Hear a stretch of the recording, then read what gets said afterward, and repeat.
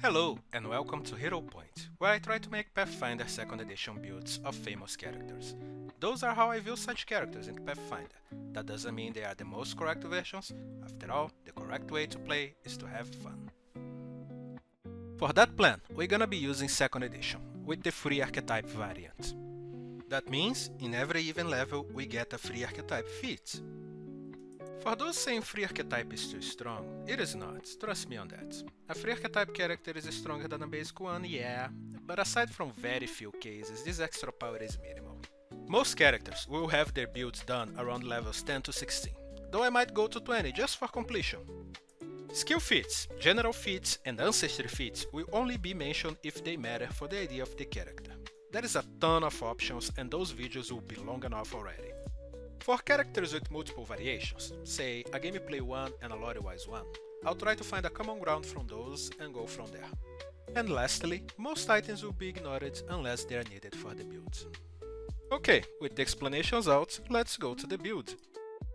The man with more goggles than he has eyes, more blades than he ever needed, the Ionian Master E. Strike fast, strike hard. Those are the tenets of Wuju style, and E follows them to the letter, both in lore and gameplay.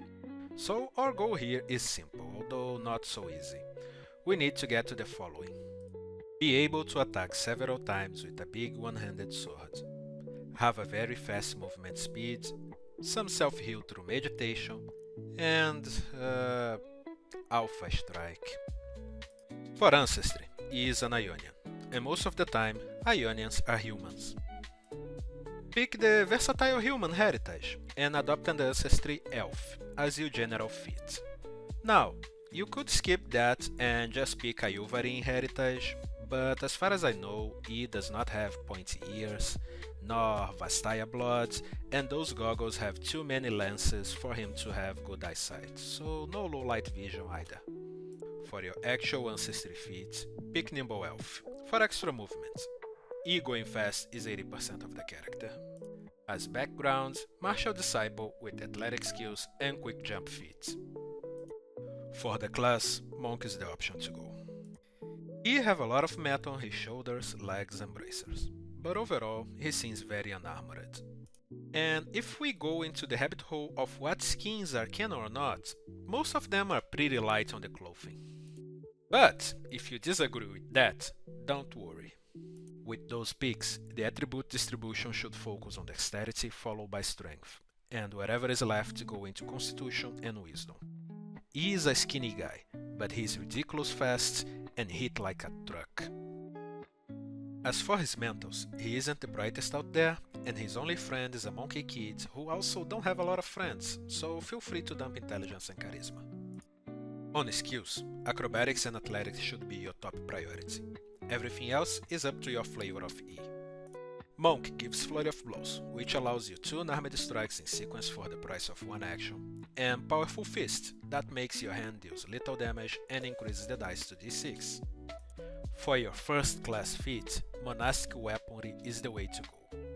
E's sword was hard to pinpoint, but let's say it's a temple sword, 1d8 base damage, one-handed, and it has the monk trait, which means that any monk ability or feat that is used with unarmed strikes can be used with this weapon, unless it's a specific stance strike, but we're not even gonna look at stances.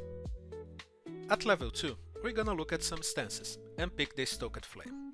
Stoked Flame is one of the few stance options that allow you to choose whether to use your special stance strike or not, and we'll choose to completely ignore the special strike, for real this time. Right now, we're only interested in the second part of the stance, that grants you extra movement speed. E is very fast. Also at level 2, we have our first archetype option, and we're going into Rogue Dedication. You gain some extra skills, light armor proficiency, 1 skill feat, and a surprise attack feature, which makes any enemy that goes after you on initiative be off guard to you on the first turn, if you rolled initiative with deception or stealth. At level 3, get the Fleet General Feat, that increases your movement speed by extra 5. You also gain Incredible Movement, that increases your move speed by 10 now and by extra 5 every 4 levels after this one. Between this, Fleet and Stoked Flame, your speed is now 50, which is more than some mounts already. E is very fast.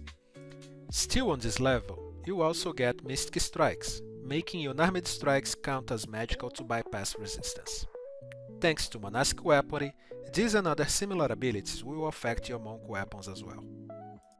Jumping into level 4, key spell feats give you a focus pool of 1, and the choice of initial monk spells. Key Rush allows you to strike twice by the price of 1 action, and you're concealed during that movement, so you could spend 1 action and move 100 feet. That is more than most builds can move in their entire turns. E is very fast. Free archetype here, and we're getting basic trickery for a level 1 or 2 rogue feat, and the choice is Quick Draw. That allows you to draw a cheated weapon and make a strike using a single action. Very weird that only 3 classes have access to this feat, and none of them are the Monk or Fighter, usually the first choice when thinking on making a Quick Draw Blade Master. Going into level 5, our Ancestry feat is Elven Instincts, giving a +2 on initiative checks made with Perception. On the same level, our Perception increases to Expert, so the synergy here is wonderful. Not only that, but Elven Instincts also tell us that whenever we tie initiative with an enemy, we go first, regardless of the roll used. E is faster than you, because E is very fast. Not only that, you also get Expert Strikes, increasing your proficiency on attacks, and you get critical specialization on any attack of the Brawling group.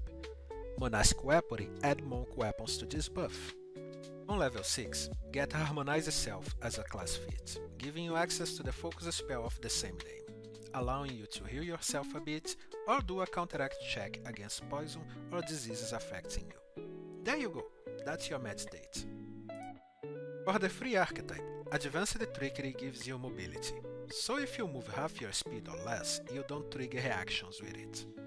Normally, this is slightly better than Step, but since your move speed is so big, you can move half your speed and still be faster than most enemies. Even when you slow down, E is still very fast. The skill feat on this level, grab Happy Mantle. It allows you to pull yourself up a ledge when you grab it with the same action, to go a bit faster, as a treat. If you're still screaming at me about the armor thing, level 7 may fix that, as you could pick armor proficiency to get light armor. Now, I would not do that, as you lose a lot of movement speed and your final armor class will be around 4 to 5 points worse at the end. For everyone else who's cool with no armor, this is the breakpoint level for general feats. Pick whatever you want from now on. Toughness is a nice pick. You also get Path to Perfection. To improve one of your saves, go to Reflexes, you can dodge a lot of stuff with Alpha Strike. On the same beat, Weapon Specialization gives you a bit more damage, as a treat. At level 8, we remind ourselves that E does not only hit fast, he hits very hard, so pick 1-inch punch as class feat.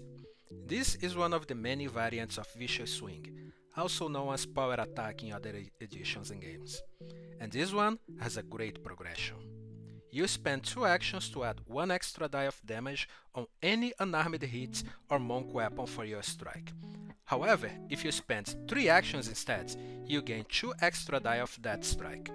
At 10th level, those dice will double for 2 dice at 2 actions and 4 dice at 3 actions. And if you're at least 18 level, they triple for 3 dice at 2 actions or 6 dice for 3 actions. Without magic or sneak attack combos, this is one of the biggest pool of dice you can add into a single strike. For the free archetype at level 8, you're free to get a new dedication, and we're going with Fighter dedication. You become trained in acrobatics or athletics, or any other skill if you have those 2 already. And on the skill feat, Hefty Howler increases the maximum bulk of items you can carry, so your back doesn't break when you need to carry that 0-10 Yasuo.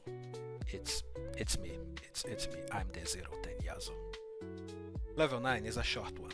Pick your choice of general training, increase your monk class DC that we're really not using, and now your attacks count as cold iron and silver. Great for when you find a Yordo in the jungle. Level 10. gets to the reason why I picked Monk. And such reason is that Master E has Alpha Strike. More than his speed, more than that stupid multi-lens goggles, Alpha Strike is the main thing about him.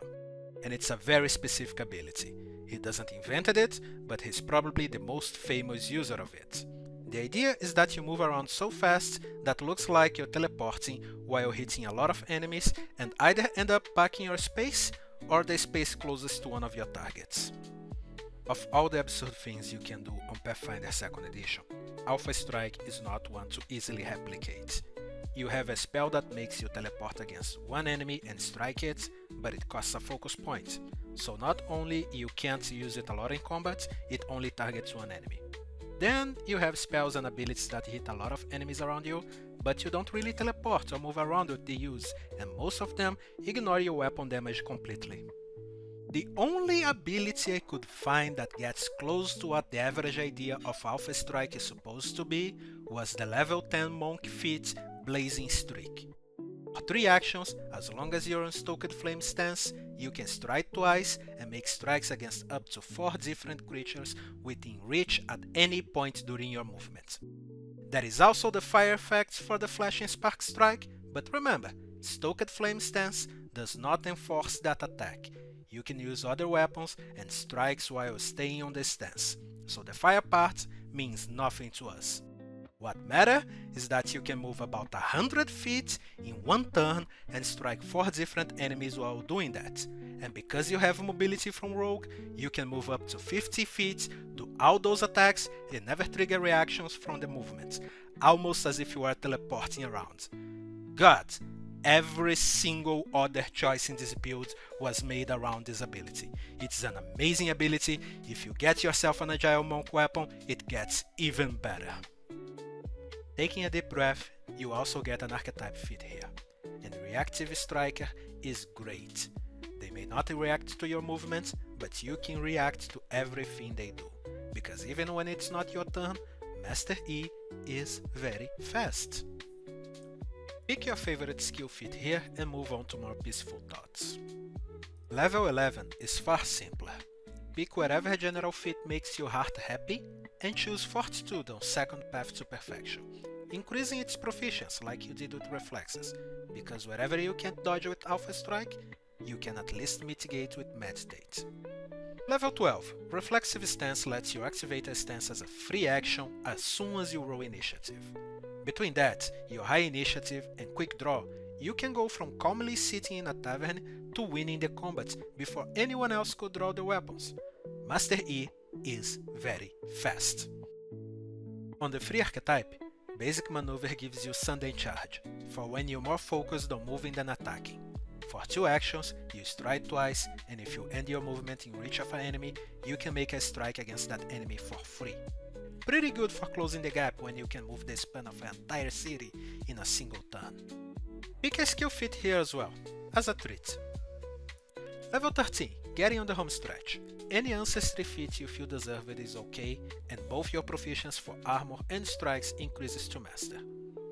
At level 14, we can pick Peerless Form, which increases your fortitude and will saves by 2, and you stop aging.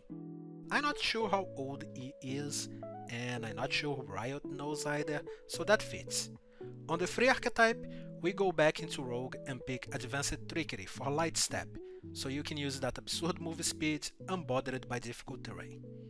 And for skill feats here, pick Water Sprint if you haven't yet, so now your move speed can make you cross a river to go help the backline of your party that really should be paying attention to the map a bit more. Next is level 15. Again, any general feat that you feel like is okay here. Maybe your E has a pet at home. You also get the third path to perfection. Select Reflex again. You can dodge everything. You also gain greater weapon specialization. For extra damage, as a treat. Level 16. End of the line for most campaigns. Pick Shattering Strike. For 2 actions, you can make a strike that ignores enemy resistance and treat any hardness as if it was half of its real value. Wuju style is online now. You attack fast, you move faster, you can deal true damage, and you can take a second to heal yourself. And you have Alpha Strike. Everything from now on is only build cleanup. On the free archetype, Advanced Maneuver gives you quick reversal.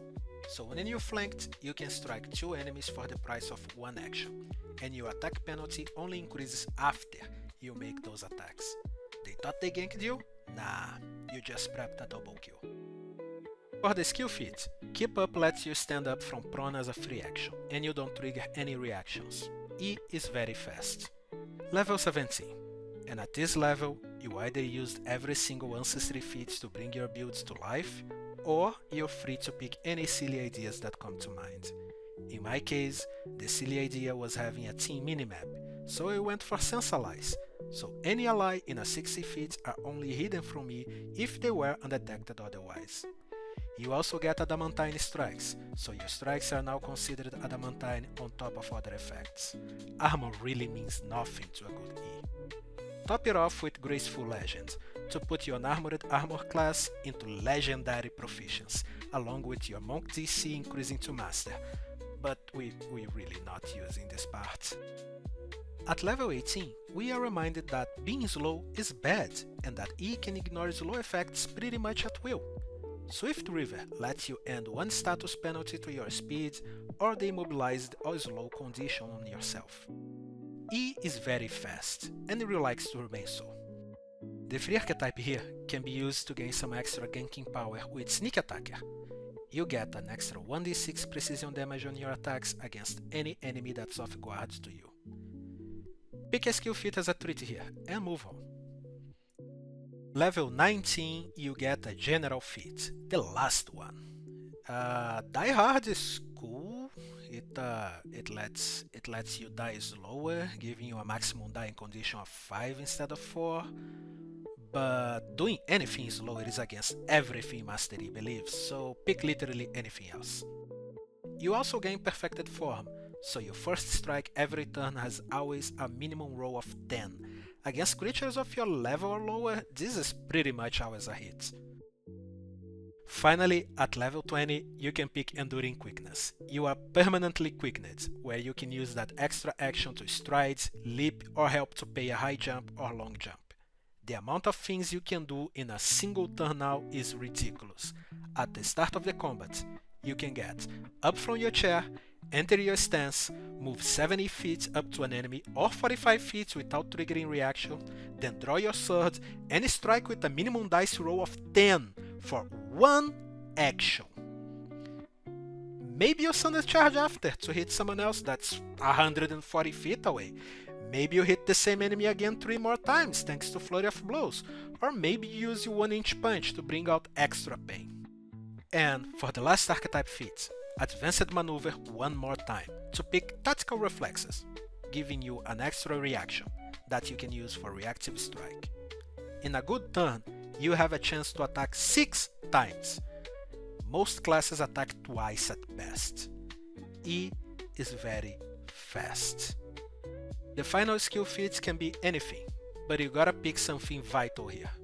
Additional lore, so you can keep track of when Riot makes another retcon.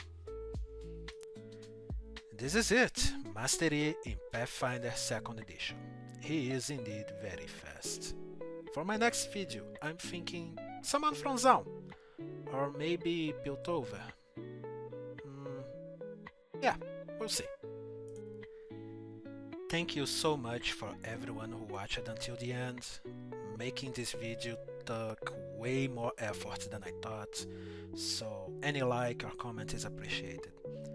I do have 2 more of those videos being made, and if you're watching this, the second one is probably almost done. I do not know if there will be more after though. My life is very messy, I am very broke, and those videos take a long time. But if by some miracle this series gets any success, I will push myself to make more. Ideally, I would like to keep going until I run out of League of Legends characters, but for now that's a distant dream. And for those of you who noticed that the mini I made in the background is lacking several details, it's because those details are behind a paywall on Hero Forge, and again I'm very broke, and sadly neither Hero Forge, Paizo, or Riot are sponsoring me. If anyone from Hero Forge, Paizo, or Riot is hearing this and wanna sponsor me, please do, please sponsor me. Like, please sponsor me. I have a pair of cats to feed and put through cat college, and YouTube revenue does not exist. So please, please. Bye.